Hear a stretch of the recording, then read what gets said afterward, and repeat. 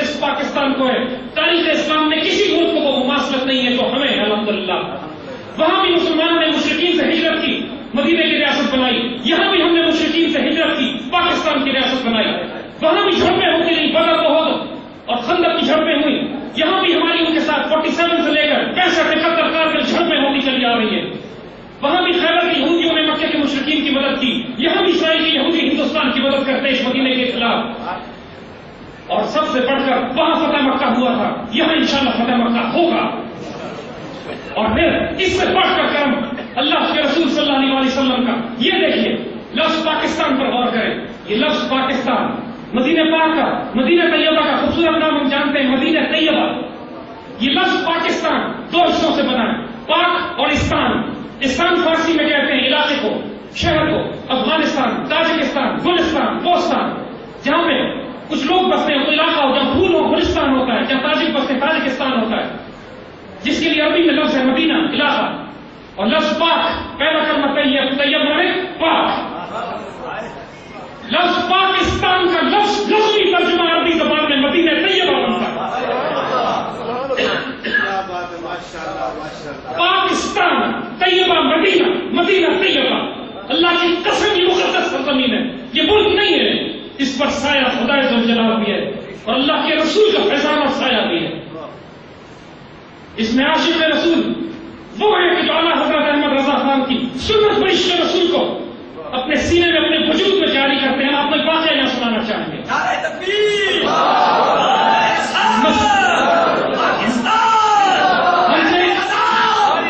ہم سے مسجد نبوی شریف میں ایک غیر ملکی مسلمان نے, انڈونیشیا کے مسلمان نے بات کی ہمارے ایک دوست سے.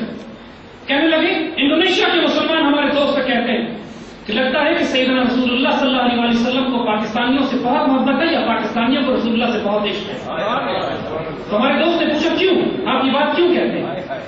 کہتے ہیں کہ حضور صلی اللہ علیہ وسلم کے قدمین شریفین کی طرف میں جب بھی جاتا ہوں, یہ انڈونیشیا کا مسلمان کہہ رہا ہے, میں قدمین شریفین کی طرف جب بھی جاتا ہوں وہاں صرف پاکستانی بیٹھے اور اس کی خوشنصیب ترین خوشخبری اور بشارت جو ہم نے اپنی آنکھوں سے دیکھی. عید کا دن تھا, اللہ نے توفیق اور اجازت دی کہ ہم نے عید کی نماز مسجد نبوی شریف میں پڑھی. نماز میں رش بہت تھا تو نماز ہم نے باہر پڑھی حرم کے. لیکن نماز ختم ہونے کے بعد جہاں لاکھوں لوگ باہر نکل رہے تھے تو وہاں بہت بڑی تعداد میں لوگ اندر روضہ پاک کی طرف بھی پڑھ رہے تھے. اور جب ترکوں کی مسجد سے پہلے چھتریوں کے نیچے جب پہنچتے ہیں تو وہاں پر ایک حیرت انگیز منظر تھا کہ کم از کم 10,000 پاکستانی اور کوئی کئی سو ترک بلند آواز سے مصطفیٰ جان رحمت پہ لاکھوں سلام پڑھ رہے تھے. شمع بزم ہدایت پر لاکھوں سلام پڑھ رہے تھے. عجیب منظر تھا کہ مسجد نبوی شریف گونج رہی تھی اس سلام سے کہ جو اعلیٰ حضرت احمد رضا خان بریلوی کی زبان سے اللہ تعالیٰ نے جاری کیا. یہ عشق رسول, یہ ادب رسول ہم پاکستانیوں کے خون میں شامل کر دیا گیا. ہمارا خون کاٹ کے لیبارٹری میں بھی ٹیسٹ کراؤ, اس کے DNA میں عشق رسول نکلے گا. اور اسی وجہ سے اللہ نے سرزمین کو منتخب کیا اپنے دین کے عروج کے لیے. اب یہاں پر شریعت بھی ہوگی, اور وہ شریعت کہ جو عشق رسول کی چھینوں میں, اس کے رسول کے سائے میں ہوگی. وہ شریعت ہوگی جو معطر ہوگی. وہ شریعت ہوگی جس میں نرمی ہوگی, جس میں جمال ہوگا, جس میں درگزر اور معافی ہوگی, جس میں آسانیاں ہوگی. یہ پاکستان, اس میں پوری امت مسلمہ کی فوجیں اس پاکستان فوج میں شامل ہوں گی. یا ترک دستے ہوں گے, یا عرب دستے ہوں گے, یا افغان دستے ہوں گے, یا عرب افریقن دستے ہوں گے.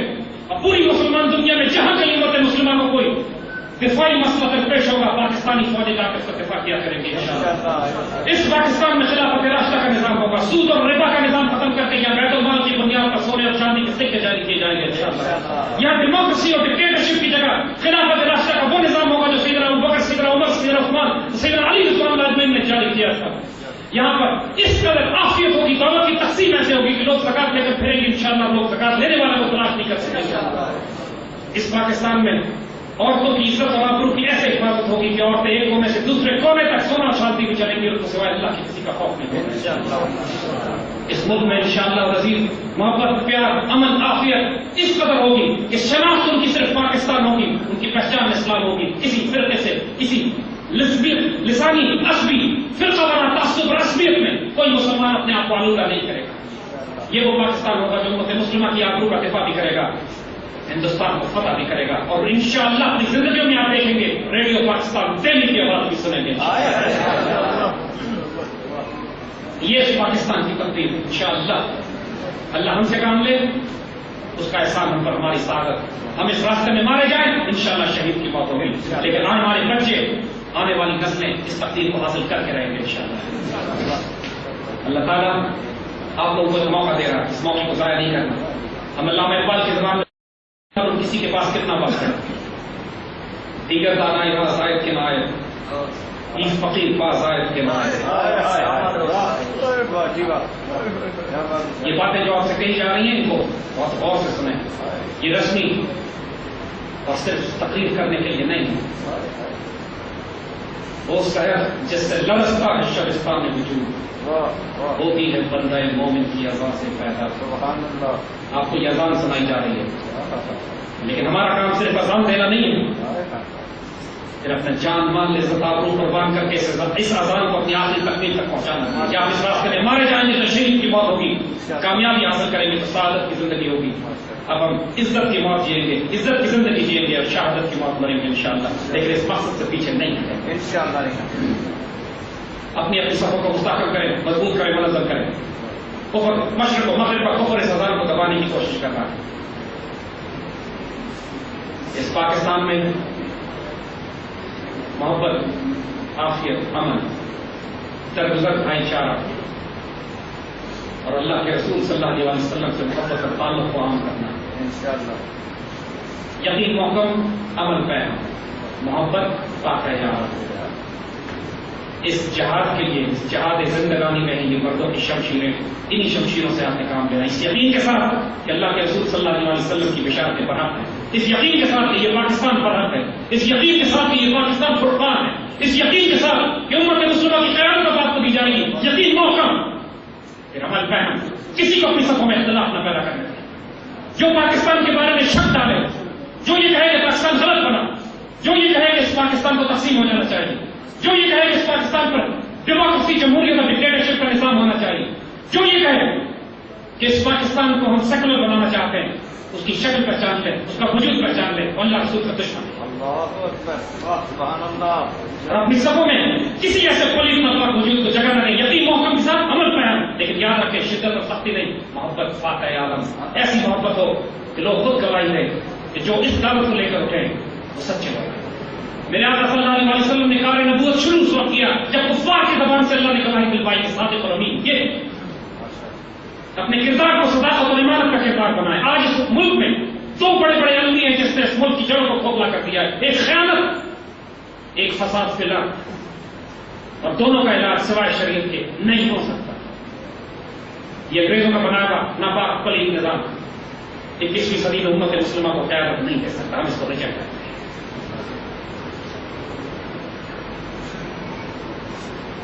اپنی تربیت کریں, آپ کے وجود میں اس سے پہلے یاد رکھیے گا کہ اللہ تعالیٰ بھی اپنا کام صادق اور امین لوگوں سے لیتا, وہ ناپاک پلید اور کمینوں سے اپنا کام نہیں لیتا.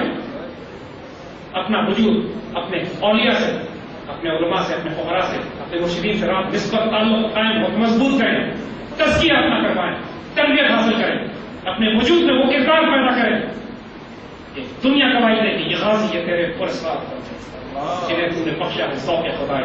توحید ان کی ٹھوکر سے صحرا اور دریا سمٹ کر پہاڑ ان کی حیرت سے آئی. آگے ہمیں بڑے بڑے پہاڑ ہلانے, بڑے بڑے آگ و خون کے دریاؤں میں سے گزرنا ہے. کمزور دلوں کا کام نہیں. یہ وقت آگے قربانیاں مانگے گا. یاد رکھیے گا ایک بات, ہم آپ کو یہاں پر چھوٹی سی بات کر کے اپنے بات ختم کرتے ہیں. بیعت عقبہ, جب مدینے سے کچھ لوگ پہنچتے ہیں حضور کے پاس مکہ مکرمہ میں, اور حضور مکے سے باہر نکل کر عقبہ کی وادی میں جاتے ہیں, ان سے بیعت لینے کی بات ہوتی ہے. وہ حضور کے آگے اپنی خواہش کا اظہار کرتے ہیں, سیدی ہم بیعت لینا چاہتے ہیں. تو حضرت عباس حضور کی چچا کو روک دیتے ہیں. انہیں اہل مدینہ سے کہتے ہیں کہ بیعت کرنے سے پہلے ایک بات سوچ لو. حضور سے بیعت کرنے کا مطلب ہے کہ جان و مال کی قربانی دینی پڑے گی, بچے قربان کرنے پڑیں گے, دنیا سے جنگ کرنی پڑے گی, خاندان ٹوٹ جائیں گے. یہ ساری قربانیاں دینے پر راضی ہو؟ اب ان کا جواب بھی سنیے. ان میں سے کچھ کیا ملے گا؟ جواب دیا میرے آقا صلی اللہ علیہ وسلم نے، اللہ کی جنت۔ اگر صرف جنت کے طالب ہوتے تو یہیں پر رک جاتے، لیکن وہ جو عاشق وہاں بیٹھ کر